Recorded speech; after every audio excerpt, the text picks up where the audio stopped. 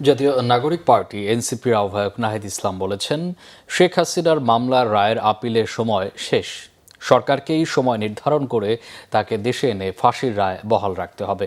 বুধবার জাতীয় ছাত্রশক্তির আয়োজনে ঢাকা বিশ্ববিদ্যালয়ের মোজাফফর আহমেদ চৌধুরী অডিটোরিয়ামে স্মরণগাথায় জুলাই বিপ্লবের দিনগুলি শীর্ষক আলোচনা সভায় কথা বলেন তিনি। বলেন, একটি দল জুলাই সনদ অক্ষরে অক্ষরে বাস্তবায়ন করার কথা বললেও তার কোনো নমুনা দেখা যাচ্ছে না। নাহিদ ইসলাম বলেন, জুলাই নিয়েই রাজনীতি করতে হবে।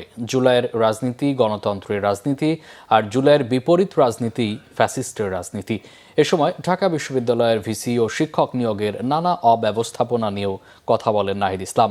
আলোচনা সভায় এনসিপির সদস্য সচিব আক্তার হোসেন বলেন, জুলাইয়ের পক্ষের শক্তির সকল দলকে ঐক্যবদ্ধ থাকতে হবে। ডিসেম্বরে আসবে কি কবে আসবে এটা বাংলাদেশ সরকারকে নির্ধারণ করতে হবে। এবং গতকালকে সরকারের জায়গা থেকেও স্পষ্ট করা হয়েছে যে শেখ হাসিনার আত্মসমর্পণের আসলে কোনো সুযোগ নাই। তিনি আসবেন এবং তাকে আসামাত্রই এয়ারপোর্ট থেকে গ্রেফতার করা হবে এবং তার রায় কার্যকর করা হবে। তবে স্বরাষ্ট্রমন্ত্রী বলার সময় একটা ওনার স্বভাবসুলভভাবেই উনি এখানে একটা নোক্তা রেখেছেন, একটা ফাঁদ রেখেছেন যে আপিল করা যাবে কিনা, আপিল করা যাবে কিনা সেটা আইন ব্যবস্থা নেবে, আপিল করা যাবে না।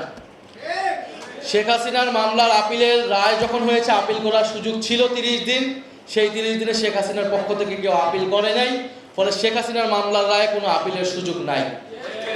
এবং আমরা আশা রাখি সুপ্রিম কোর্ট, মহামান্য আদালত কমপ্লিট জাস্টিস হিসেবে শেখ হাসিনার যে ফাঁসির রায় সেই রায়কেই বহাল রেখে সেটাকে কার্যকরের ঘোষণা দেবে।